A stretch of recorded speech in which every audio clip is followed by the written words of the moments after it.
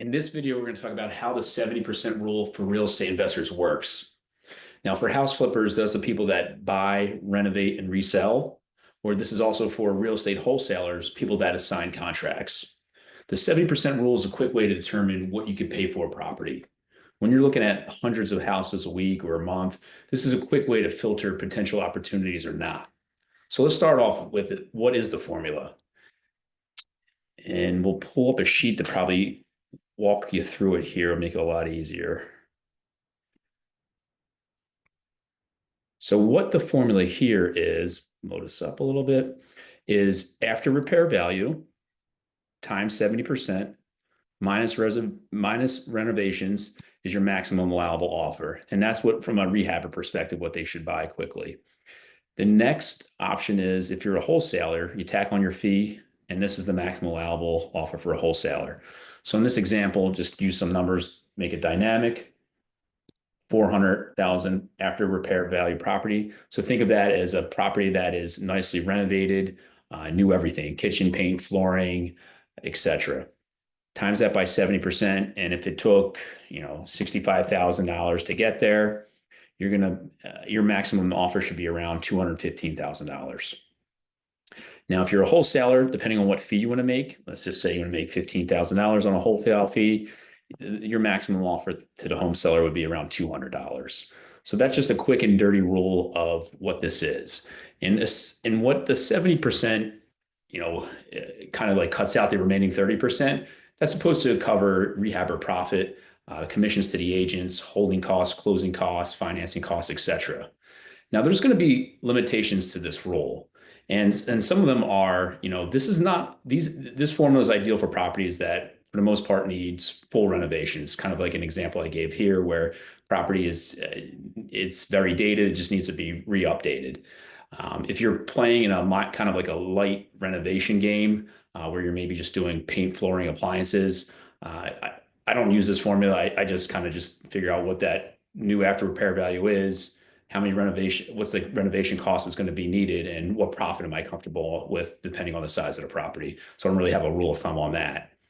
Another thing to consider too is in certain markets where your after repair values are really low, like $65,000, or really high, like $800,000. This formula is not great either. And just to show an example here, we do 65,000 times 70%. If the renovations are 25K, the rehabber is going to want it for 25, but is that enough profit? And let's scroll over to the left to see if that is enough profit. We just take 65 here, 25 in renovations. That's actually after repair value, sorry. So if you do after repair value here, and we want to buy it for 2,500, again, this is just a more detailed rough math calculator. So if you buy it for 20, you put 25 into it, you got some holding costs, closing costs, you might be all into it for 50. If you sell for 65, all into 50, pay an agent, could it be 5-6%? Additional closing costs, maybe transfer tax in this example, there are none. Most people, at least me, I'm not going to be happy with an 8K profit on a 5-month project, even though if I'm picking it up for 20. It's the juice isn't worth the squeeze there, and one bad thing could wipe you out. So that's an example where the formula doesn't work in low after repair value markets. Now, if we take it a step further and do, $800,000 home, totally renovated, you might need more money to renovate there. It's got larger square footage, nicer appliances, etc. Let's just say it's 100K in renovations. Max offer for a rehabber there is 460.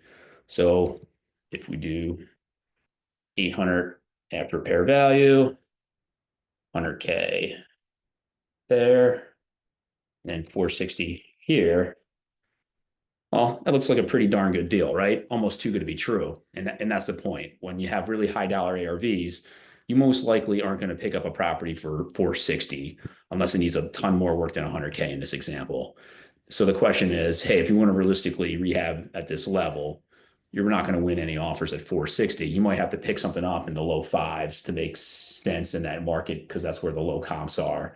And then all you do from there is you have to have a different calculator like the one on the left to figure out If I could only get it for 525 realistically as a low a property in that area to rehab, am I okay with this profit or not? And that's kind of extreme examples on the low end of the after repair value and high end after repair value where the 70% rule kind of breaks down.